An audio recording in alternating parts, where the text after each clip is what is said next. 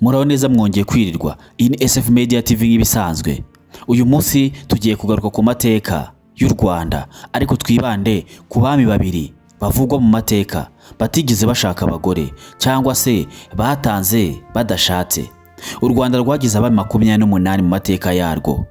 Abami 26 muri bo nibo amateka atugaragariza ko bashatse abagore bazwi nk'uko umuhango w'ubukwe ubigena mu Rwanda. Abandi babiri naho batubwira yuko bashatse abagore. Muri iyi nkuru tugiye kugaruka kuri abo bami babiri batigeze bashaka abagore kugeza igihe cyabo cyo gutanga. Reka duhereye kuri Mibambwe wa gatatu Sentabyo. Mibambwe wa gatatu Mutabazi wa kabiri Sentabyo ni mwene Ndabarasa wa Rujugira na Nyiratamba wa Sesonga, umugabekazi ukomoka mu muryango mugari w'Abega. Yimye ahasanga mu mwaka w'igihumbi na 741 kugeza mu mwaka w'igihumbi na 746.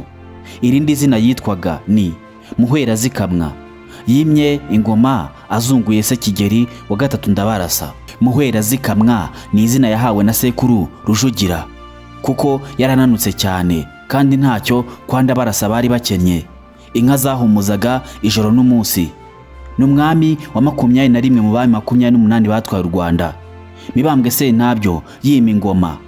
U Rwanda rwari rusigaranye ibihugu bibiri bikomeye byari biruhangayikishije ngo rushyitse umutima mu nda. Intego yarwo iri hafi kugerwaho. Ibyo bihugu ni Ubugesera bw'Abahondogo n'Igisaka cy'Abazirankende. Akimara kwima ingoma yihatiye gutera igihugu cy'Ubugesera ngo nawe ashyira itafari rye ku mushinga wo kubaka u Rwanda. Aca gahigo ko kwigarurira kimwe mu bihugu bikomeye byazengereje sekuru Rujugira. Amateka yemeza ko yimye ingoma akiri umusore w'igihame utarakomera kandi utarashaka. Amateka kandi nta mugore uzwi atugaragariza ko Sentabyo yashatse, nubwo bivugwa ko hari umuhimakazi wo mu Ndorwa babyaranye umwana w'umuhungu witwa Nkezabo, aho yari yaragiriye gutwarira se Ndabarasa nyuma y'uko u Rwanda rutsinze Ndorwa. Bivugwa ko hari igihe yibetaga akajya kwa Nyiratunga wari umugore wa se wabo Gihana Nyamihana watabaye Bucengeri ubwo u Rwanda rwaterwaga n'ibihugu bine birimo Uburundi, Ubugesera, Igisaka na Ndorwa. Sentabyo yari akunze kujya guhiga mu mayaga akarara kuri uwo mugore Nyiratunga wari umupfakazi wa Gihana Nyamihana. Nyiratunga uyu yari yarabyaranye na Sentabyo umwana witwaga Gahindiro, ndetse n'umwami Sentabyo ubwe ngo yemeraga ko uyu mwana ari uwe, dore ko ngo abyara Nyiratunga Sentabyo yamwoherereje impano zitandukanye zo kumuhemba. Rusuka rwa Temahagari wo mu muryango mugari w'Abacyaba niwe wari umurezi w'uruhinja Gahindiro rwagombaga kuzungura ingoma ya se Sentabyo. Mibambwe Sentabyo niwe mwami wa kabiri watanze ingoma amaze igihe gito, dore ko yayimazeho imyaka 5 gusa, kuva mu mwaka w'1741 ageza mu mwaka w'1746. Akaba yarazize amahari y'abashaka kumwambura ingoma bari barangajwe imbere na Gatarabuhura bwa Sentabyo. Nyuma y'uko atanga ingoma, Sentabyo yazunguwe n'umuhungu we Gahindiro wimye ingoma akiri uruhinja rw'imyaka 2. Nkezabo amateka we atugaragariza ko yapfanye na se Sentabyo, bose bishwe n'ubushita bandujwe bavuye mu Gisaka. Nubwo Sentabyo bigaragara ko yabyaye abana babiri ku bagore batandukanye, ariko nta mugore n'umwe uzwi mu mateka yigeze ashaka mu buryo buzwi. Undi mwami w'u Rwanda utarigeze ushaka umugore mu buryo buzwi ni Kigeri wa gatanu Ndahindurwa. Kigeri wa gatanu Ndahindurwa wari warabatijwe Jean Baptiste, ni mwene Musinga wa Rwabugiri na Mukashema rya Gakuba, umugabekazi ukomoka mu muryango mugari w'Abega.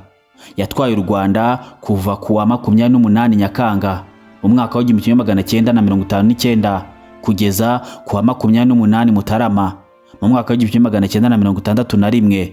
Ni umwami wa 28 mu bami bategetse u Rwanda.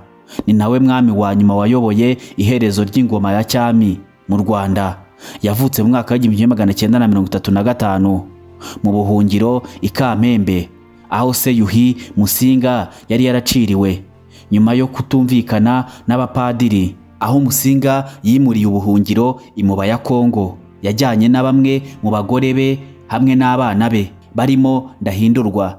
Bishatse kuvuga ko Ndahindurwa yabyirukiye muri Kongo, ari naho yize amashuri ye abanza n'ayisumbuye. Yaje mu Rwanda azunguye mukuru we Mutara Rudahigwa, nawe watanze amarabira aguye i Bujumbura mu Burundi. Kigeli Ndahindurwa niwe mwami umwe rukumbi mu mateka y'u Rwanda wamaze igihe gito ku ngoma, kuko yamaze umwaka umwe n'amezi 6.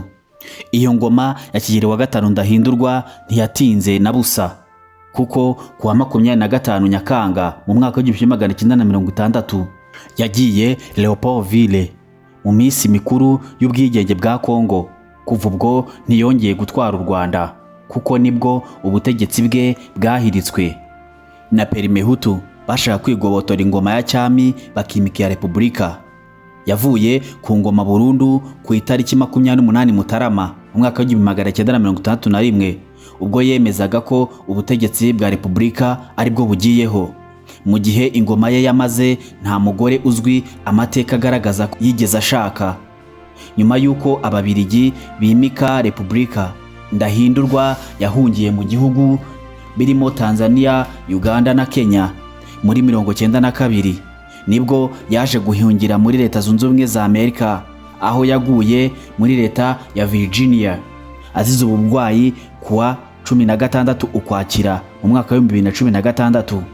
Kuwa 15 Mutarama mu mwaka wa 2017 yatabajwe mu masezero wa Mwima na Mushirarungu mu karere ka Nyanza, akaba yaratanze afite imyaka 80.